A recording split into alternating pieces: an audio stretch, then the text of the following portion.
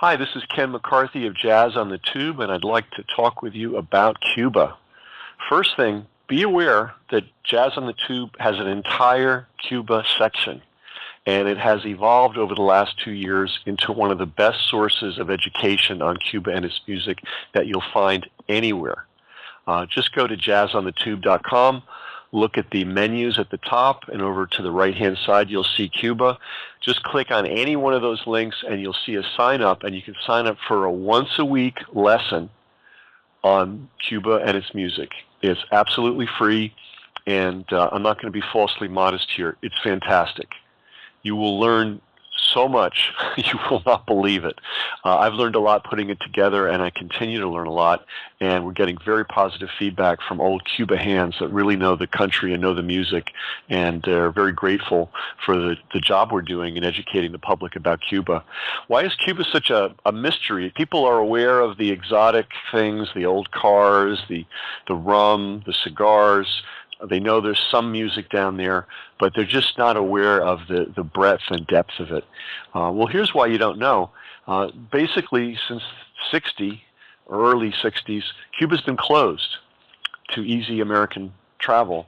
So unless you're 75 years or older, there's been no time in your adult life when it's been a simple matter just to get on a plane and go down there and enjoy the music. So we've been cut off for a long time, and frankly, it's time for that to stop. In fact, the good news is there are many congressmen and congresswomen who are ready to put a bill forward that ends this travel boycott forever, takes it out of the hands of the various presidents, whoever they may be at any given time, and makes Cuba just like any other country. You know, every other citizen of every other country in the world can go to Cuba anytime they want. We're the only people on earth that have to go through some hoops to get there. People know that President Obama changed the laws, thank goodness, made it a lot easier to go. Still a lot of barriers, even with the old laws, but there were ways to get there. President Trump threatened to undo everything President Obama did. Well, we finally have the law coming down from the Trump administration, and the news is bad and good. The bad news is a lot of the doors that President Obama had opened for independent travel in Cuba closed. Okay? The good news is they didn't close every single door. They deliberately left one door open. Now they're hiding this and they're obscuring this, and if you read the mass media news reports, you'll get the idea that everything's been wiped out. Not true. All right, I'm going to read from the Washington Post.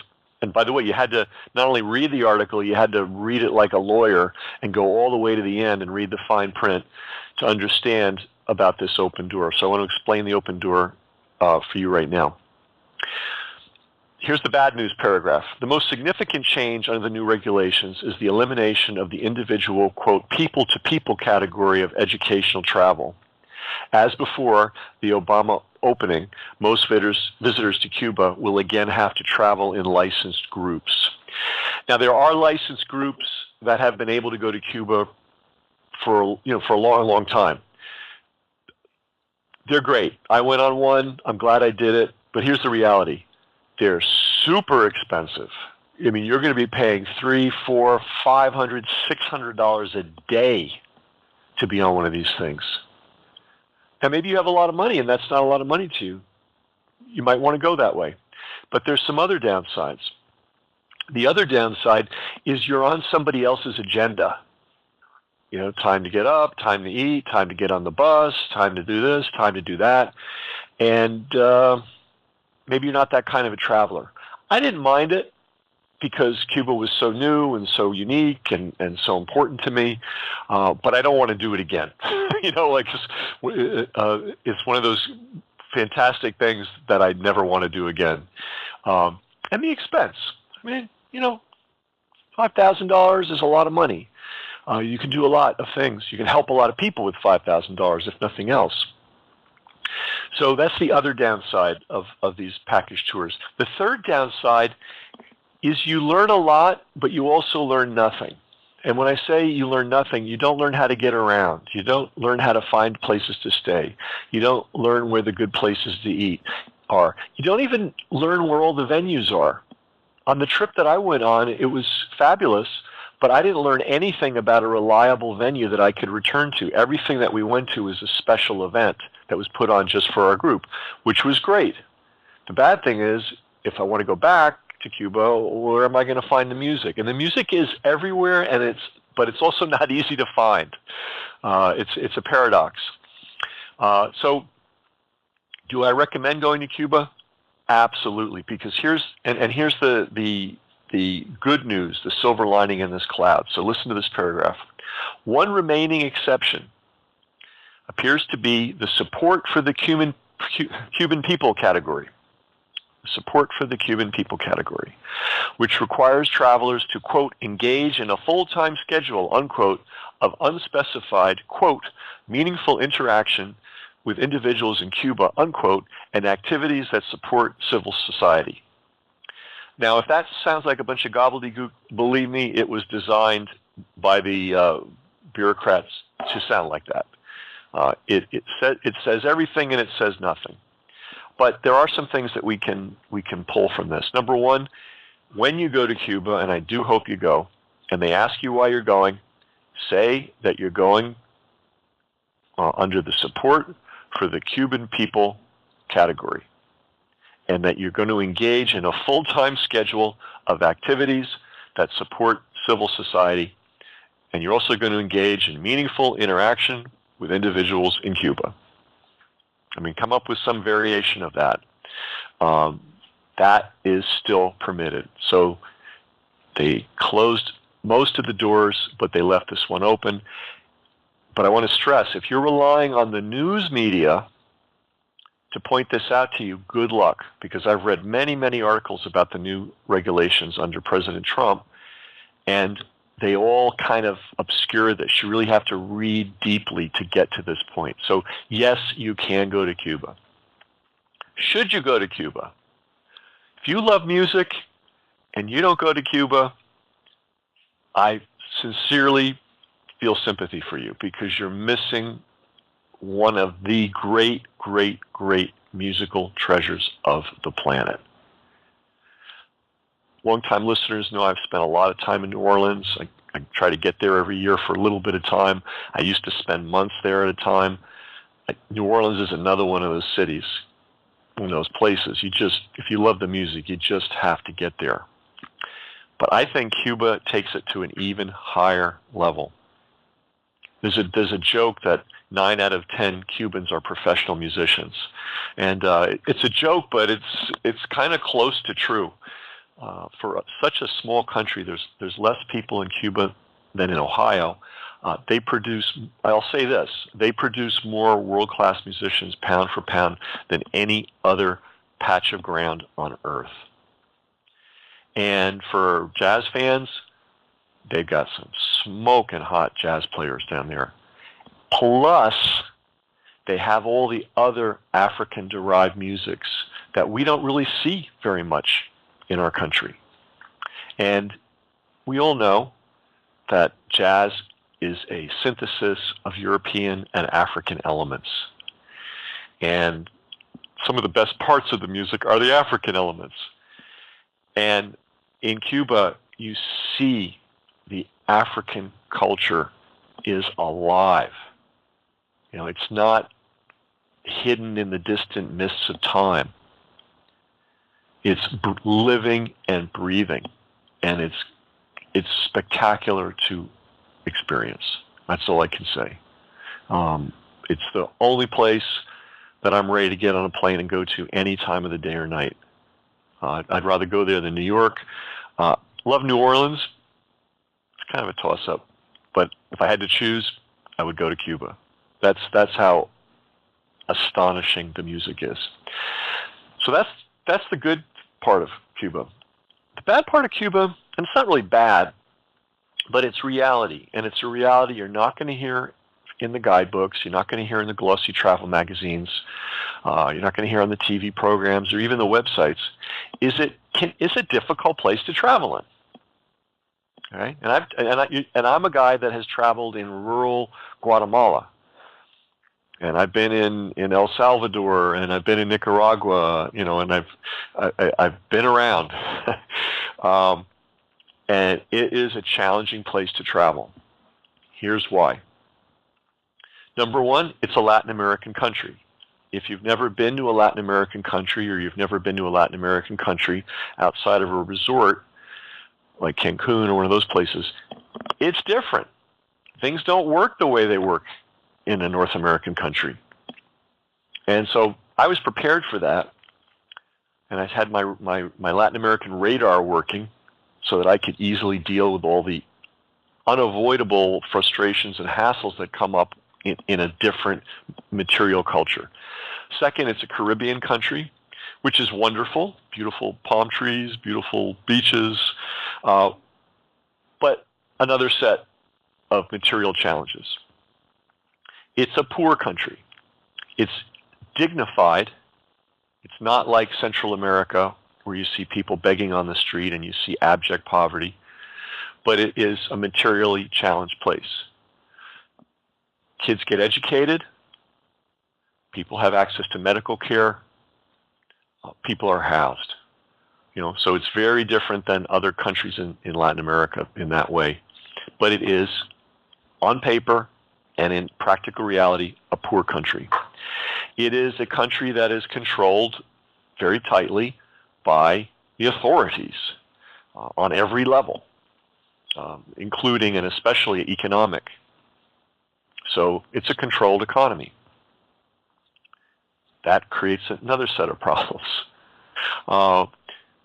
So there's a lot of issues. And then the final issue, of course, is that the United States has enforced an economic blockade against Cuba for, I guess it's going on 60 years now. And that means if they have a machine and the machine needs a new part, and the machine was originally made in the United States, they can't buy the parts to fix it. So there's a lot of ingenuity there. People will hand make parts from scratch. You see that on one level with the old 1950s cars. What do you do when something breaks down there? Well, you can't go to the local auto supply store and buy a part. You've got to find one that already exists, you've got to repair one, or you've got to fabricate one from scratch. So a lot of ingenuity. But for a first world traveler, or for someone from the developed world, where everything more or less works, and things that are supposed to be where they're supposed to be are where they're supposed to be when they're supposed to be there, this is not how it works down in Cuba, and it can drive you crazy if you come down there with a developed world mindset. There's also issues related to just basic getting around, food, clothing, shelter. Well, I'll tell you right now, anything that you need, that you really need to survive in your life, you better bring with you, because odds are it's not for sale anywhere in Cuba, or it's going to be hard to find. So if you need Advil, bring Advil. If you need razor blades, bring razors. If you need toothpaste, bring toothpaste, etc., etc. There are no Walmarts down there. There are no Walgreens or big chain drugstores. Every item that you can imagine may or may not be available when you're there. And if it is available, you may have to hunt around half the day to find it. It's like a country that was at war and the war's over and they're trying to put the pieces back together. And so there's supply chain problems. But that's a permanent state of reality in Cuba. Not the end of the world, but it's something that you need to be prepared for. In terms of housing, the fancy big name hotels are no bargain. $250, $300, $350, they're right up there with New York City. And a lot of them aren't very good because they're state run. So that's kind of expensive. Good news is you can stay in absolutely beautiful places, in great neighborhoods, convenient, beautiful neighborhoods, comfortable quarters for $40, give or take a few bucks per night. You have to know how to find them. Same thing with food. It's hard to find good food in Cuba, strangely enough. There are a lot of people who at home are good cooks. So you could, if you make a friend, you might be able to eat something delicious that way. But a lot of the obvious restaurants are not that great, and the prices are not that good. If you're going to get around, you're going to have to take a taxi. And if you're traveling like an average tourist, every time you get in a taxi, it's going to be $10 or more. Not a lot, but you do that a couple of times a day, so over several days, and it starts to add up. So bottom line is, if you go to Cuba uninformed, I can guarantee two things. You're going to encounter at least half a dozen hassle-ridden situations that are going to scramble your brain. You won't expect them, and you won't know how to avoid them, and you'll deal with them as well as you can deal with them. The other thing I can guarantee is you will spend probably 3, 4, 5, 6 times as much money as you need to. That's if you go as an uninformed tourist. Okay? Because I want everyone to go to Cuba and I want everybody to have a good time in Cuba, I spent a lot of time and a lot of money sorting through all these issues. And I put it all together in a guide.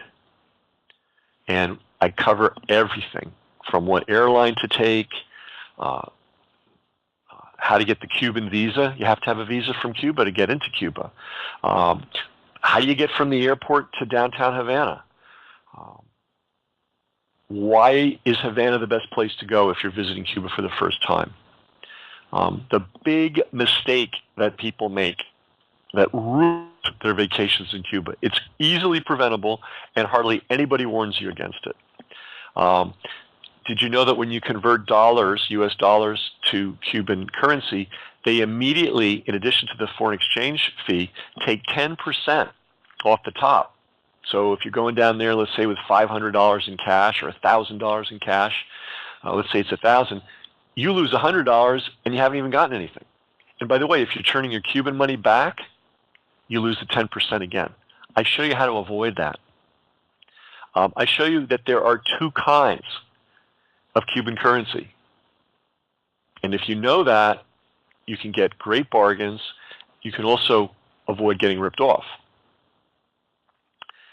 Talk about packing. How you have to pack for a Cuba trip.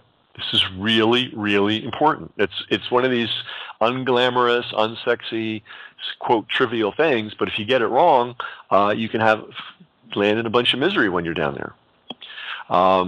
What about staying healthy? Well, I've traveled, like I said, through rugged places in Central America, and if you haven't been to the rugged places of Central America, you cannot imagine how rugged some of these places can be. I mean, they're shocking. Some of them are just shocking. And it's easy for us gringos to get sick when we're in new bacteriological territories. I have some advice on how to avoid that. That's field tested, and it's cheap, and it's safe, and it's easy to do. Now, when you get to the airport, you're going to have to pass through Cuban customs. It's a little scary because they x-ray everybody's bag when you go into Cuba. So I tell you what you may not bring to Cuba. There are some things that some people might travel with, which God help you if you try to bring them into Cuba. You're going to find yourself in trouble. I talk about maps. Got to have a map. I talk about the best neighborhood in Havana. Hands down, it's great. It's close to all the action. It's quiet. It's beautiful. There's a lot of places where you can get a quick bite to eat. And it's not mentioned very often in tour guides, or they mention it, but they kind of just pass it off. Well, I'll tell you, having been there several times now, it is hands down the best place to stay. There's another neighborhood which you'll hear a lot about in guidebooks, which for some reason they make a big deal about, and I wouldn't stay there if you paid me.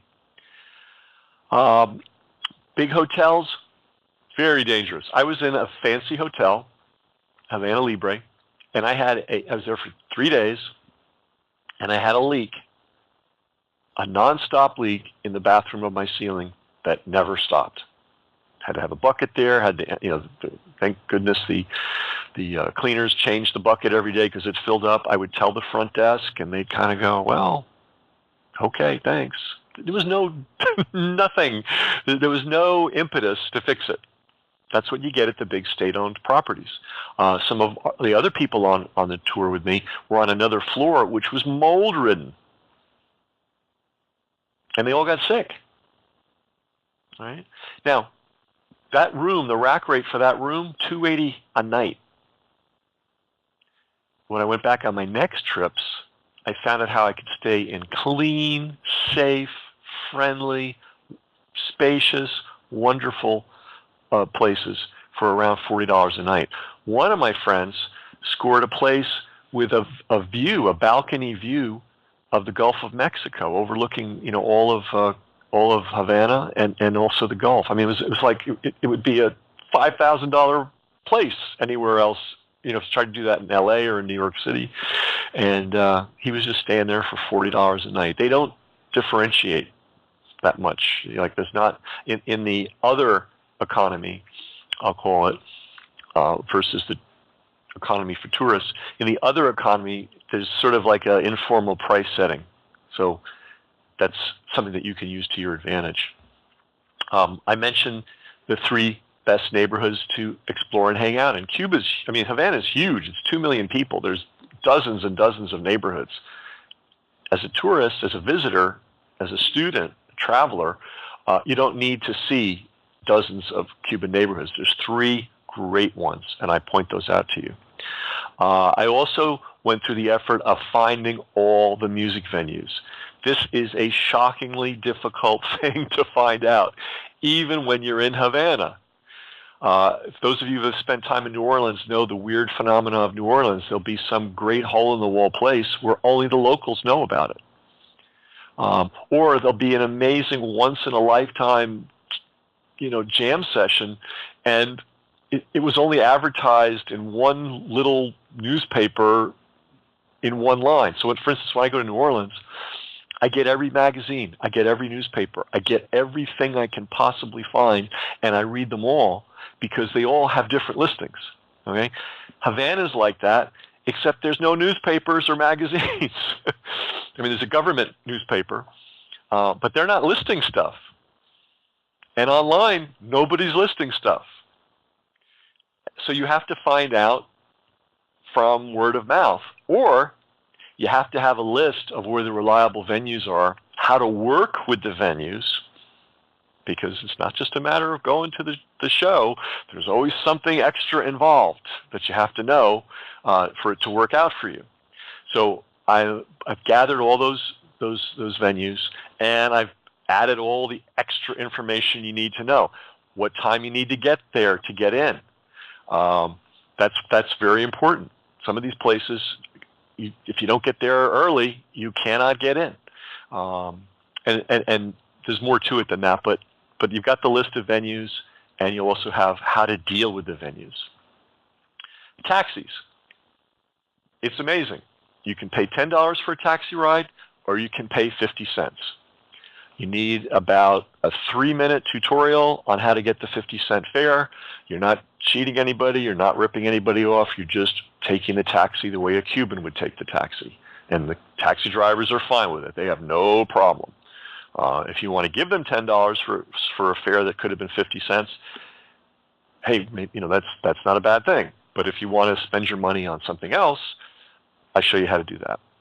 Shopping in Cuba. A lot of people, when they go traveling, like to shop. Shopping in Cuba is a challenge, and I explain why. What you can find there, what you can't find there.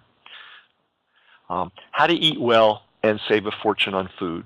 We talked about that a little bit earlier. But it's like anywhere else, any other city. There's the tourist places that are clip joints that are not that great, and they charge a fortune. And then there's the places that the Cubans know where the prices are great, the food's solid, and it's a much better experience. So I put all these things together into a guide. And it took me about 30 days of travel in Havana to figure all this stuff out. I made 3 trips. One of them was the very expensive trip with a tour group, and the other were 2-week trips, two 2-week trips on my own. My bills with airfare and all that came to $10,000. So I put a lot into this. I also put a lot of time into writing it. So, and with all that expense and time, I encountered every possible mistake, avoidable mistake. See, all these hassles that I've described, they're all avoidable. You just have to, it's like an iceberg, you know? You just have to know it's there so you don't run your ship into it. But nobody tells you it's there. So I have methodically gone through every single conceivable hassle, some of which can waste you hours of your trip. You'll be spending hours trying to deal with something that you could have dealt with in 2 seconds had you only known in advance. Some of them will cost you $10, $20, $100, hundreds of dollars if you get them wrong. So I put in $10,000, and for 1% of that, you can get all this handed to you. So we're making this guide available for $95. And I guarantee it will save you at least $100 a day. Probably more like 2 or 3. It will save you a fortune. More importantly, it'll save you wasted time and hassle. You know, there's this glamorous picture of being on vacation, and those of us that travel a lot or have traveled a lot know that a lot of your time on the road is spent dealing with aggravations and hassle. Wouldn't it be wonderful to have all those things eliminated for you? And that's what this guide does. This guide is better than a tour guide, because tour guides won't even help you with this stuff. You just have to figure it out on your own. So this will not only save you a fortune, a small fortune, which will allow you to stay longer. It will allow you to come back more often. If you want to help activities down there like musical education, it will allow you to use that money to contribute to helping the education of Cuban youth in music. So there's a lot of reasons to save money, but you're not just saving money, you're also saving hassle. And the third reason this guide is good is because it takes you straight, mainline, right to the good stuff. You don't have to wander around asking people, trying to figure out what's up. You don't have to be perplexed as to where to go to hear good music. See, there's a lot of music in Cuba, and it's all good, right? But a lot of it's tourist stuff. You know, you don't need to fly all the way to Cuba to hear a tourist band playing, Guantanamera. You just don't need that. You want to hear the good stuff. So the guide also helps you get straight to the good stuff right away, where they're located, what neighborhoods they're in, their addresses, their phone numbers, what kind of music they play, their schedules, and then, very important in Cuba, how to deal. Because nothing in Cuba or in Latin America or in the Caribbean, God bless those places, I love them, but nothing in those places is the way we expect them to be back home. So I dealt with all the aggravation. I was pulling my hair out. I don't want you to have to go through that. So basically, for 1% of what I put into this, you will have a infinitely better time on your trip to Cuba. You're going to save hundreds and hundreds of dollars, and you're going to get to the good music right away. It's very easy to see 2 or 3 or 4, if you've got the stamina or more, great shows every night of the week, and still keep to the $100 a day budget. But again, you have to know what you're doing. So this is available, $95. We have costs, the printing, the shipping. After we've paid for all that, the rest of the money goes to our Cuban music project. And right now that project revolves around one guy who I think is a very, very important person in Cuba for the education of youth. His name is Camilo Marrero. And he is the big band jazz director at INA, which is the top secondary school for music for the whole island. The island's best kids all vie to get into this school. It's like a prep school, but it's for music. And he runs their jazz band.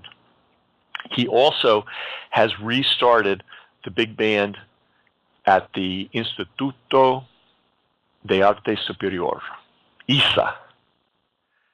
And that is Cuba's Juilliard. This is the college level for all the arts, music, dance, and I think theater, and I believe maybe even art, plastic arts, but definitely for music. And they used to have a great big band, and it fell away, and he has revived it. And it's a lot of work to keep this thing going.